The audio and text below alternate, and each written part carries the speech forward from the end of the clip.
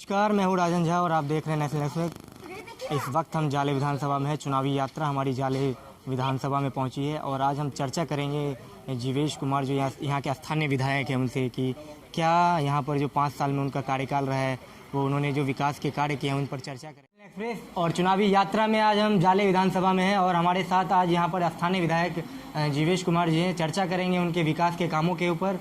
हमारे साथ नमस्कार सर। जी नमस्कार सर, जो आपका 5 साल का कार्यकाल रहा है और खासकर जो अपने विकास के ऊपर आपने चुनाव प्रचार का अभियान स्टार्ट किया, उस पर आप क्या क्या कहना है? हमने तो किताब ही छपवा के लोगों के बीच जनता मालिक के घर भिजवाने का काम किया है।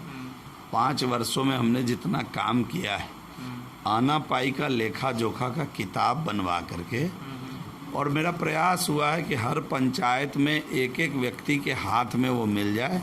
लोकतंत्र में जनता मालिक है और उसको मालूम हो जाए कि उसका सेवक 5 वर्षों में कितना रुपया लाया और क्या क्या काम किया। इसका आना पाई का सबूत मैंने अपने जनता मालिकों को सौंप दिया है। क्या लगता है इस बार जो जाले विधानसभा का इस बार जो यहाँ पर हॉट शीट बना हुआ है पूरा, क्या लगता है यहाँ जो निर्दलीय और ये जो महागठबंधन के प्रत्याशी उनसे आपको कितनी टक्कर मिलेगी? आप महागठबंधन किसको कह रहे हैं? महागठबंधन कौन है? जिस गठबंधन के सभी साथी उनको छोड़कर चले गए हों, वो महागठबंधन कहाँ रहा? वो तो लघु गठबंधन है। और वो अपने आप जब महागठबंधन था तो लोकसभा में 40 में से 1 सीट जीत पाया था, और जब इस बार लघु गठबंधन हो गया तो आप मेरी बात याद रखिएगा, 243 में 243 सीट एनडीए जीतने जा रही है। उनका खाता नहीं खुलने वाला है। क्या लगता है सर, खासकर हम जाले विधानसभा को देखें तो आप यदि दोबारा विधायक चुनते हैं तो क्या मुद्दे रहेंगे आपको जो विशेषकर आप फोकस करेंगे? खासकर युवाओं की बात करें, जो युवा खासकर पूरे बिहार की यात्रा देखें खासकर, तो हमने कवर किया कि कहीं ना कहीं युवा बेरोजगार है बिहार में, तो उन युवाओं के लिए आपके लिए क्या रहेगा? युवा किस राज्य में बेरोजगार नहीं है? रोजगार युवाओं के लिए ही तो है। तो रोजगार शब्द का समन्वय जो है, तालमेल युवाओं के साथ ही है। पढ़ा लिखा आदमी अगर यंग है और उसके जिम्मे काम नहीं है, उसी को ना आप बेरोजगार कह रहे हैं। ये तो शब्द ही अपने हिंदुस्तान का नहीं है बेरोजगार। अपने देश में तो माँ के पेट में ही लोगों का रोजगार तय हो जाता था कि धरती पर आएगा। अपनी जो पौराणिक व्यवस्था ऐसी थी कि धरती पर आएगा तो उसका रोजगार क्या होगा, वह कौन सा काम करेगा।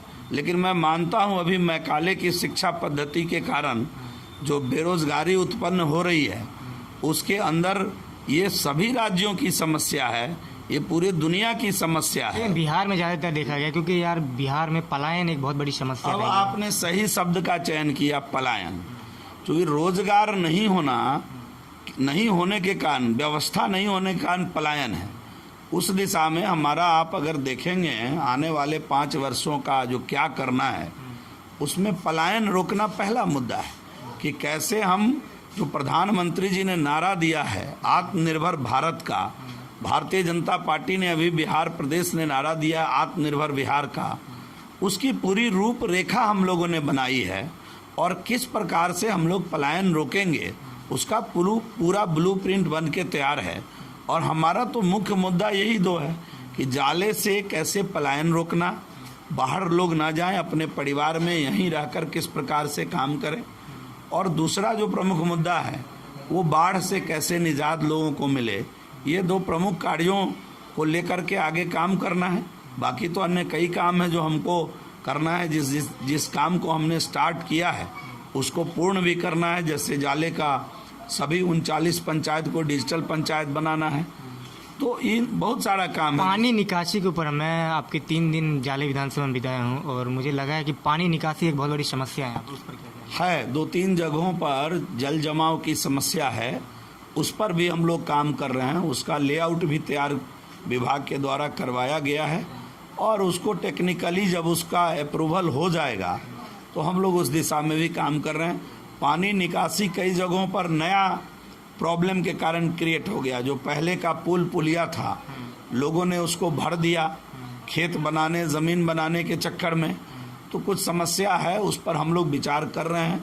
और जो अभी मूलतः 1-2 जगह जल जमाव की समस्या है, उसको लेकर के हमने विभाग से उसका ब्लूप्रिंट भी तैयार है बहुत जल्दी उस पर काम प्रारंभ हो जाएगा। क्या लगता है सर, जाले में जो पूरा विधानसभा को देखे जाए, इस बार जो ताल ठोक रहे हैं मैदान में, निर्दलीय प्रत्याशी भी हैं और पप्पू यादव की पार्टी से भी उम्मीदवार खड़े हैं और महागठबंधन, क्या लगता है कितने मार्जिन से आप लोग ये सीट जीते? देखिए, निर्दलीय प्रत्याशी तो हर बार मैदान में रहते हैं, उनको आप कैसे रोक दीजिएगा? लोकतंत्र में चुनाव लड़ना सबका अधिकार है, लेकिन आपको भी मालूम है कि पूरे बिहार के अंदर दो ही धारा में चुनाव है, एक राष्ट्रवादी विचारधारा, एक विकासशील विचारधारा, एक काम करने वाले लोग और एक नाकामी को का परचम लहराने वाले लोग। और बिहार की जनता ने 15 साल उनको भी मौका दिया था जो अपने आप को महागठबंधन का मुखिया कहते हैं, और बिहार की जनता ने हम लोगों को भी 15 साल मौका दिया, और चुनना बिहार की जनता को है।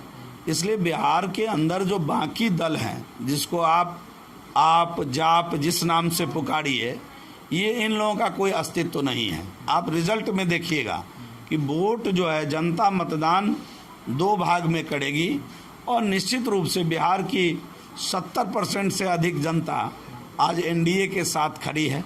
इसलिए मुझे पूरा यकीन है कि मैंने पहले भी कहा कि 243 का 243 सीट एनडीए जीतेगी। और रह गई बात जाले की, तो जाले के अंदर तो और 2 ही प्रकार के वोट हो रहे हैं। आप जान लीजिए कि जाले में तो एक ही प्रकार का वोट होगा जब चुनाव नज़दीक आएगा।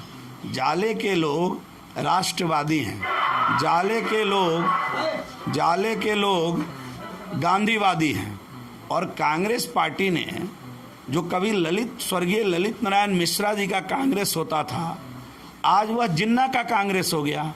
तो जाले के लोग जिन्नावादी नहीं हैं, जाले के लोग गांधीवादी हैं।